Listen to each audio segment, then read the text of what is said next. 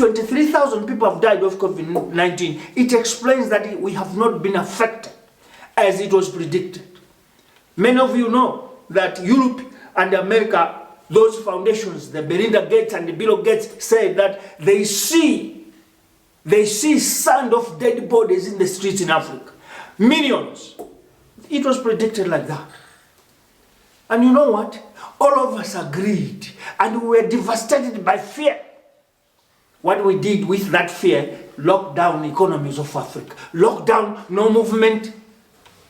I said here before that this COVID-19 must teach Africa a greater lesson. Because the impact of this devastation, that has only killed 23,000 people, is going to be felt the next 10 years. Because today, as governments are contemplating opening borders, are contemplating to open airspace, this machinery that flies, the objects that flies up there, have been grounded for 5 months. And for them to rise up again, to fly into the sky, there are billions that will be put into China. There are billions that will be given to Europe. There are billions that will be given to Americans. Because they have to come and service them. There are servicing planes that have never flew. Why? Because these objects are meant to be in the sky. And if they are grounded for such a long time, they may have developed faults. And for safety measures, governments of Africa will now have to make sure that these objects can fly again and they are safe.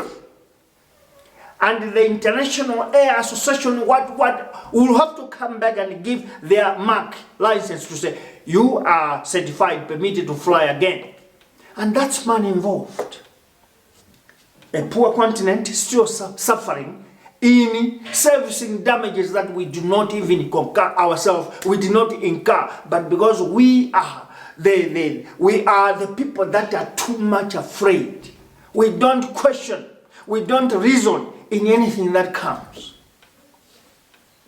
We of the Utopian philosophy fought African government with this COVID-19 because COVID-19 has killed 23,000, let's say 500,000 maybe, but that's not the number, in a continent of 1.3 billion people. In other ways, don't lie that the measures that you put by locking down is what has reduced the number of people of death. That's not true. Africa, we are a village of social life. Even though we were locked down, but we met. We have been together. And the wind that we've been breathing has been all over. So we can't say the lockdown measures helped Africa not to die in large numbers. That's not true. But somewhere, somehow, this scientist who said that our DNA is too strong, it can contain this virus, is true. But then, why did you lock our nations? Why did you close down our economy? Something has to rise in our head and start thinking that we have been too afraid. We have been so stupidly afraid, fearing the unknown. And instead, we are letting this continent to drain, to go down because we can't rise up. Fellow Africans, this one, I'm challenging to you. COVID-19 must give us a greater lesson that at times when we hear something coming from wherever it comes, let's scrutinize it, let's assess it, let's investigate it before we take any decision. Because we were told the same. HIV/AIDS came in 1980. But by now, it has not killed more than 40 million Africans. But I'll tell you what has killed Africans too much. It's hunger. Hunger has killed Africans. 40 million citizens have died from hunger. And there has never been a word from the international community. There has never been a word from Europe. There's never been a word from America saying it's a great number of people that have died, and because of that, we are ordering World Bank, we are ordering IMF, we are ordering African Development Bank, we are ordering some European nations, rich nations, to find a solution so that we can save souls of people. Never. Not a single day.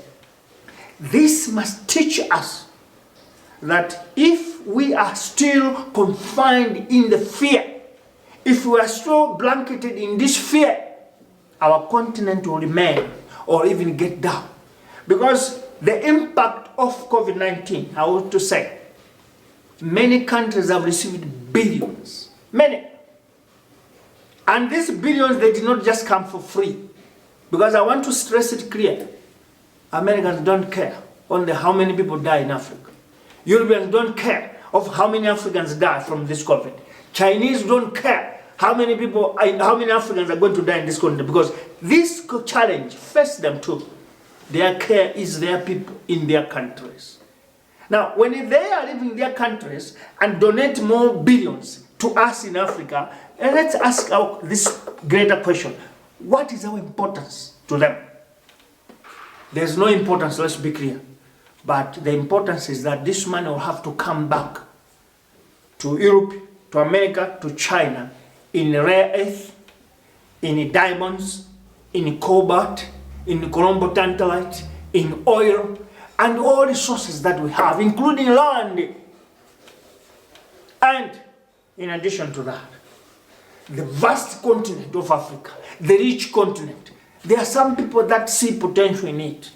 They donate their masks, they donate their condoms, they donate their ARVs, they donate whatever they do, ventilators, because they know tomorrow when they come to Africa and say, can we give us space? Some of our brothers and sisters in Chinese want to come and settle down. You will have no power to say no.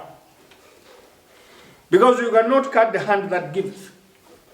This hand gave us mask. This hand gave us mask, condoms.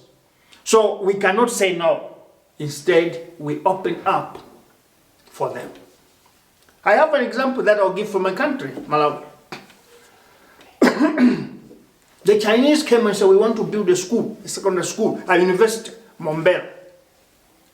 It was the Chinese that chose the place, that the school can be here. We, with this fear that we have, Africans, with this belittlement that we belittle ourselves, we said, okay, you can choose the place. It doesn't matter how far from the people, but the Chinese saw that there were some resources underground in that land. There was palladium, they say palladium. There was palladium on that land. And it has taken them 5 years digging that palladium. Malawians, the whole government, expecting that they are doing landscaping. They are landscaping to build a university. The people that came to realize that there's something happening in place there are, cowboys. They are firewood hunters. Women that were looking for firewood to go and cook in their respective homes found that it's not about landscaping for the school, but there's a mine taking place there. And then they went to report to their elders. Elders came and found that there's a big pit that has been dug there. It's not a school anymore. They went to report. And it was us in this platform. Behind there's another, we call it Muvachurunga, who revealed it. Then everybody opened their eyes. Oh, there's no school there. No, it's not school. The Chinese were mining precious minerals. And they went. The Tanzanians at the shore of Dar es Salaam, at the port of Dar es Salaam, discovered containers, 40-footer containers, in large quantities of palladium. When the government is opening eyes too late, and this issue has just been hidden under the carpet. You know why? The government that brought these Chinese there, before they start whatever they were doing in that ground, they pocketed billions of yuans. That has made others be the richest people to the level of 800 billion kwacha in their pockets. If you ask, who are you in the government? Bodyguard of a president.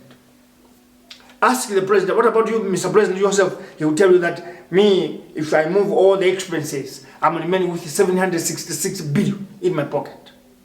If you ask, where is this money coming from? Only from taxpayers' money. People, no. This type of deals that the Chinese were cutting with them. So there's no way you will go to the Chinese and say, why did you lie to us? you just wipe your mouth and drag your head under